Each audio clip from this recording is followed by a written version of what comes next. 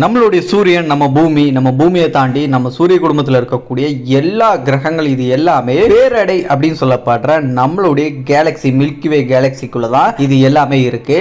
இந்த மில்கிவே கேலக்சில இதுவரைக்கும் சயின்டிஸ்டுகள் 40 கோடி நட்சத்திரம் ஸ்டார்ஸ் சொல்லப்படுற சூரியன்கள் இருக்கலாம் அப்படின்னும் பிளஸ் கிரகங்கள் அப்படின்னு சொல்லப்படக்கூடிய எக்ஸோ பிளானட்டுகளும் இருக்கு அப்படின்னு சொல்லிட்டு நம்ம சயின்டிஸ்டுகளால் சொல்லப்படக்கூடிய ஒரு விஷயமா இருக்கு. இப்படி நட்சத்திரங்களாலையும் கிரகங்களாலையும் நிரம்பி வழியக்கூடிய இந்த மில்கிவே கேலக்சி நம்ம சயின்டிஸ்டுகள் கிட்டத்தட்ட 4000க்கும் அதிகமான வேற்று உலகம் அப்படின்னு சொல்லப்படுற எக்ஸோ பிளானட்ஸ்களை கண்டுபிடிச்சிருக்காங்க. ஆனா முதல் தடவையா கொஞ்சம் வருஷங்களுக்கு முன்னாடி நம்மளுடைய பேரடை மில்கிவே கேலக்சியை தாண்டி பக்கத்தில் இருக்கக்கூடிய இன்னொரு கேலக்சியில் இருக்கக்கூடிய ஒரு பிளானட்டை நம்மளுடைய சயின்டிஸ்டுகள் கண்டுபிடிச்சிருக்காங்க.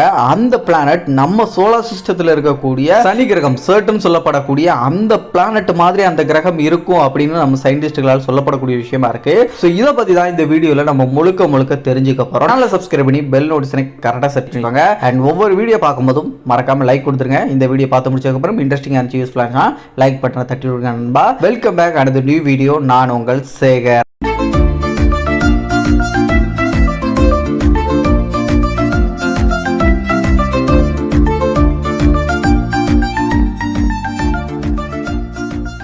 ஆயிரத்தி 1999 நாசாவால விண்வெளிக்கு அனுப்பப்பட்ட ஒரு ஃபேஸ் கிராஃப்ட் தான் சந்திரா எக்ஸ்ரே அப்சர்வேட்டரி அப்படின்னு சொல்லப்படக்கூடிய ஒரு டெலஸ்கோப். இந்த ஒரு ஃபேஸ் கிராஃப்ட் அப்படிங்கிறது ஸ்பெசிபிக்கா நாசா அனுப்புனதுக்கான முக்கிய காரணம் நம்மளுடைய கேலக்சியா இருக்கட்டும், நம்மளுடைய கேலக்சியில இருக்கக்கூடிய எக்ஸோ பிளானட்டுகள், ஸ்டார்ஸா இருக்கட்டும், நம்ம கேலக்சியை தாண்டி வெளியே இருக்கக்கூடிய மற்ற கேலக்சியில இருக்கக்கூடிய விஷயங்கள், அங்க இருக்கக்கூடிய நட்சத்திரங்களா இருக்கட்டும், பிளாக் ஹோல், இந்த மாதிரி எல்லா விஷயத்தை பத்தியும் நம்ம தெரிஞ்சுக்கிறதுக்காகவும் ஸ்டடி பண்றதுக்காகவும் அனுப்பப்பட்ட ஒரு ஸ்பெசிபிக்கான ஒரு ஸ்பேஸ் கிராஃப்ட் அப்படின்னு சொல்லலாம். ஸோ நாசாவும் அந்த மையமா வச்சு தான் இந்த ஸ்பேஸ் கிராஃப்டையே விண்வெளிக்கு அனுப்புனாங்க.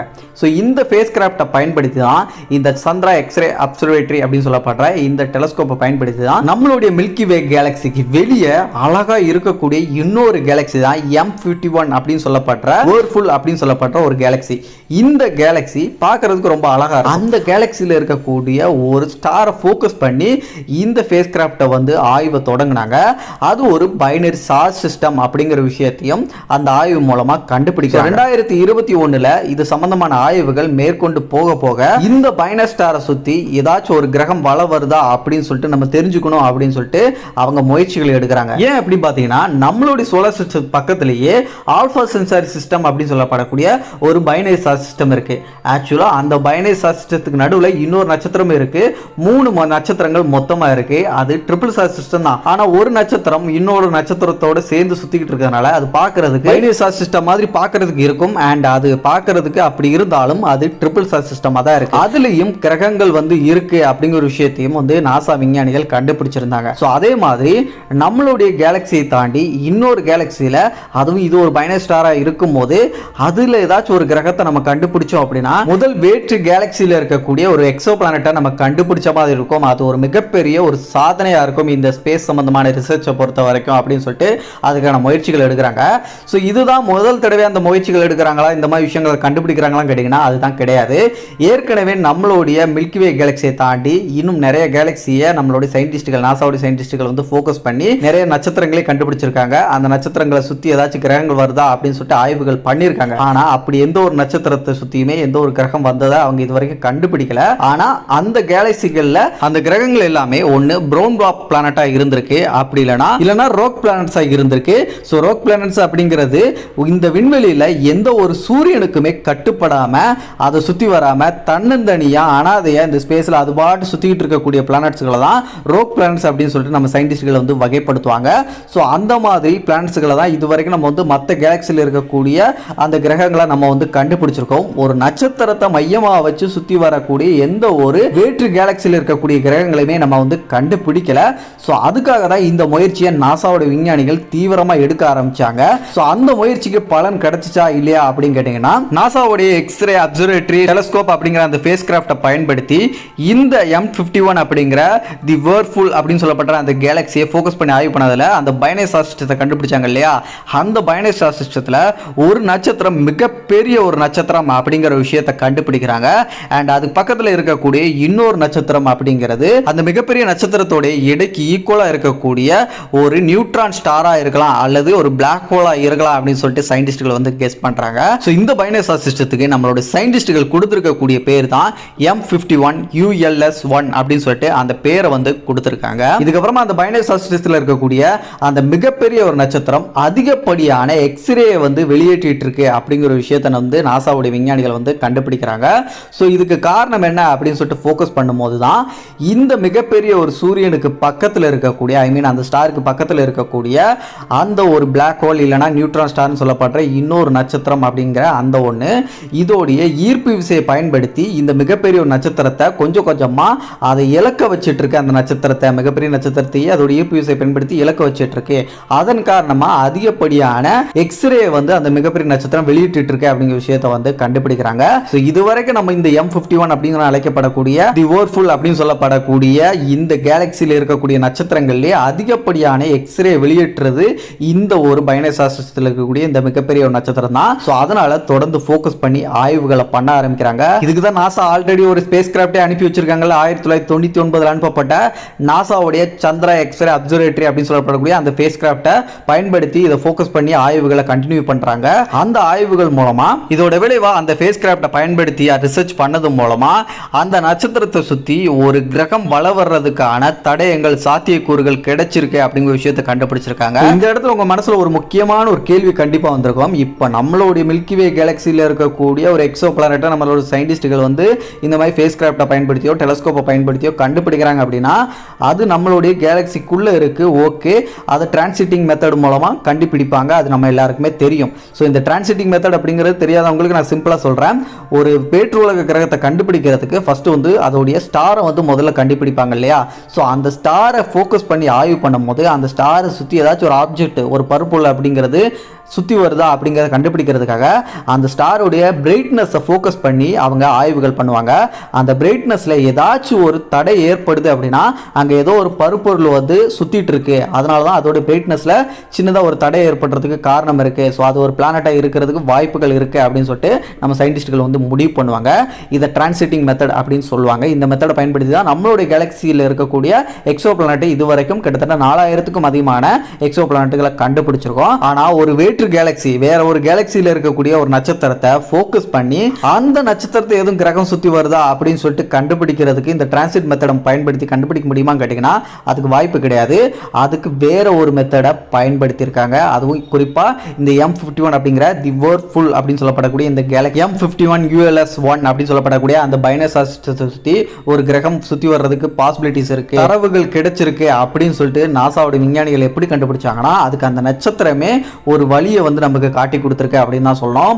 அது என்ன மாதிரியான வழியை காட்டி கொடுத்திருக்கு அப்படின்னா நான் முதல்ல சொன்ன மாதிரி இந்த பைனரி ஸ்டார் சிஸ்டம் அதை சுற்றி வரக்கூடிய இன்னொரு நட்சத்திரம் பெரிய நட்சத்திரம் ஒன்று இருக்கு. அந்த பெரிய நட்சத்திரம் பக்கத்தில் இருக்கக்கூடிய ஒரு நட்சத்திரம் அப்படிங்கிறது ஒரு நியூட்ரான் ஸ்டாராவோ அல்லது ஒரு பிளாக் ஹோலாவோ இருக்கலாம். இந்த பெரிய நட்சத்திரத்தோடைய இடைக்கு ஈக்குவலா இருக்கக்கூடிய ஒரு நட்சத்திரம் அது. ஸோ அந்த ஒரு காரணத்தினால அது பக்கத்தில் இருக்கக்கூடிய அந்த பிளாக் ஹோல் அந்த நியூட்ரான் ஸ்டார் ஏதோ ஒன்று அது அதோட ஈர்ப்பு விசை பயன்படுத்தி இந்த பெரிய நட்சத்திரத்தை கொஞ்சம் கொஞ்சமா காலி பண்ணிட்டு இருக்கு. அதை அப்படியே தன்னைத்தானே இலக்க வச்சிட்டு இருக்கு.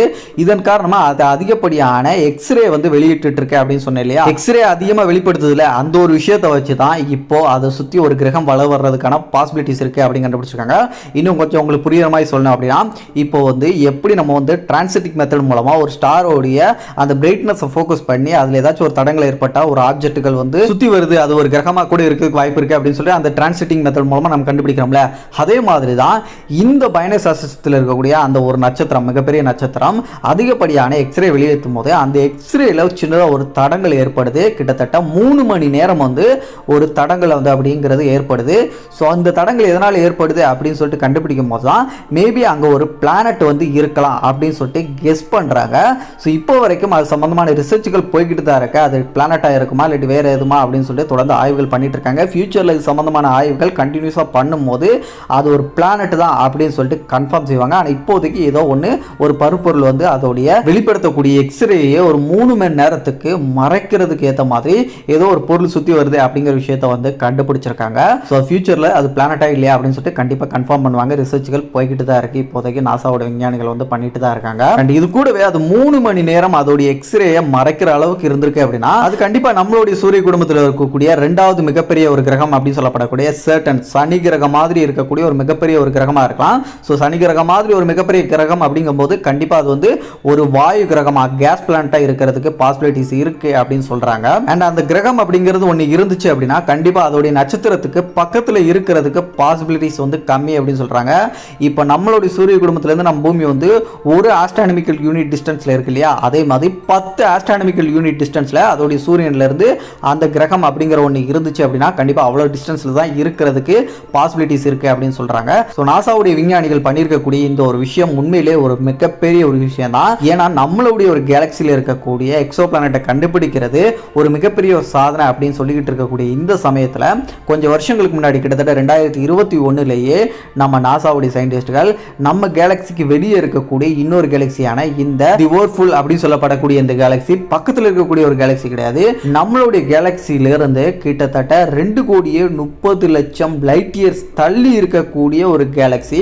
ஸோ இவ்வளோ தூரம் இருக்கக்கூடிய ஒரு கேலக்சியாக இருக்கு. நம்ம பூமியிலிருந்து ஒரு லைட் அடித்தாலும் கூட இந்த கேலக்சிக்கு போய் சேர்றதுக்கு நம்ம பூமியிலிருந்து கிட்டத்தட்ட 2,30,00,000 லைட் இயர்ஸ் ஆகும். அந்த அளவுக்கு தொலைவில் இருக்கக்கூடிய இந்த கேலக்சியில் ஒரு பயனேசா சிஸ்டத்தையும் கண்டுபிடிச்சு அந்த பயனேசா சிஸ்டத்தை சுற்றி ஏதோ ஒரு பொருள் அப்படிங்கிறது வள வருது, அது ஒரு மேபி ஒரு பிளானட்டாக கூட இருக்கலாம் அப்படின்னு சொல்லிட்டு கெஸ் பண்ணுற அளவுக்கு நம்மளுடைய டெக்னாலஜியை பயன்படுத்தி நம்ம நாசா சயின்டிஸ்டுகள் வந்து கண்டுபிடிச்சிருக்காங்க அப்படின்னா உண்மையிலே வந்து ஒரு மிகப்பெரிய ஒரு விஷயம், பாராட்டக்கூடிய ஒரு விஷயம் தான். ஒருவேளை ஃபியூச்சரில் இந்த பயனேசா சிஸ்டத்தை பற்றி இன்னும் ஆராய்ச்சிகள் தொடர்ந்துகிட்டே இருக்கும் போது அதை பற்றி இன்னும் நிறைய விஷயங்கள் கண்டுபிடிக்கிறோம். ஒருவேளை அந்த சுற்றி வரக்கூடிய அந்த ஒரு பொருள் அப்படிங்கிறது கிரகம் தான் அப்படின்னு கண்டுபிடிச்சாங்க அப்படின்னா கண்டிப்பாக நம்மளுடைய கேலக்சியை தாண்டி இன்னொரு கேலக்சியில் கண்டுபிடிக்கப்பட்ட வேற்று கேலக்சி கிரகம் அப்படிங்கிற அந்த எக்ஸோ பிளானட் அப்படிங்கிற அந்த பேருக்கு சொந்தமாக M51 ULS-1 அப்படின்னு சொல்லப்படக்கூடிய அந்த பயனேசா சிஸ்டத்தை சுற்றி வரக்கூடிய அந்த கிரகத்துக்கு இப்போதைக்கு வந்து பேர் வச்சிருக்காங்க. கிரகமாக வந்து கன்ஃபார்ம் பண்ணலாட்டியும் பேர் வச்சிருக்காங்க. அதுதான் M51 ULS-1b அப்படின்னு சொல்லிட்டு பேர் வச்சிருக்காங்க. ஸோ அப்படி ஒருவேளை கிரகமாக கன்ஃபார்ம் செய்யப்பட்டா இந்த பேரோடு இருக்கக்கூடிய முதல் பிளானட்டாக இருக்கும் நம்மளுடைய கேலக்சிக்கு வெளியே இருக்கக்கூடிய இன்னொரு கேலக்சியில் கண்டுபிடிக்கப்பட்ட வேற்று கேலக்சி கிரகமாக எக்ஸோ பிளானட்டா இந்த M51 ULS-1b அப்படிங்கிற அந்த பேர் வைக்கப்பட்ட இப்போதைக்கு பேர் வைக்கப்பட்டிருக்க அந்த கிரகம் இருக்கும் அப்படிங்கிறதுல எந்த ஒரு மாற்று கருத்தும் கிடையாது. ஸோ ஃபியூச்சரில் எதிர்காலத்தில் இது சம்மந்தமாக நம்மளுக்கு எந்த மாதிரி நம்மளுக்கு ரிசல்ட் கிடைக்குது, இது சம்மந்தமாக என்ன மாதிரியான விஷயங்களை கண்டுபிடிக்கிறாங்க சயின்டிஸ்ட்கள் அப்படிங்கிறத நம்ம பொறுத்திருந்து தான் பார்க்கணும். இதுவரைக்கும் இந்த வீடியோ பொறுமையாக இருந்து பார்த்தவங்க எல்லாருக்கும், டைம் ஸ்பெண்ட் பண்ணி பார்த்த எல்லாருக்கும் நன்றி. ஸோ இதே மாதிரி நிறைய ஸ்பேஸ் சம்பந்தமான விஷயங்களாக இருக்கட்டும், நம்ம பூமியில் நடக்கக்கூடிய டெய்லி யூசஸ் நிறைய இன்ஃபர்மேஷன் இது எல்லாத்தையும் தெரிஞ்சுக்கணும் அப்படின்னா நம்ம இன்னும் சப்ஸ்கிரைப் பண்ணாமங்கன்னா சப்ஸ்கிரைப் பண்ணி பெல் நோட்டிஃபிகேஷன் கரெக்டாக செட் பண்ணி வச்சுக்கோங்க. அண்ட் ஒவ்வொரு வீடியோ பார்க்கும்போதும் மறக்காம லைக் பண்ணிருங்க. நம்ம நீங்கள் கொடுக்க லைக் மூலமாக தான் எனக்கு அடுத்தடுத்த வீடியோஸ் போடுறதுக்கு மோட்டிவாக இருக்கும். இந்த வீடியோக்கும் லைக் பண்ணிருங்க. மற்ற வீடியோஸை பார்க்கணும் மேலே ஐக்கான் லிங்க் கொடுத்துருக்கேன், செக் பண்ணிக்கோங்க. சேனலை விசிட் பண்ணினாலும் பாருங்கள். அடுத்த ஒரு நல்ல தகவலுடன் நான் உங்களை சந்திக்கும் வரை நான் உங்கள் சேகர். பாய் பாய்.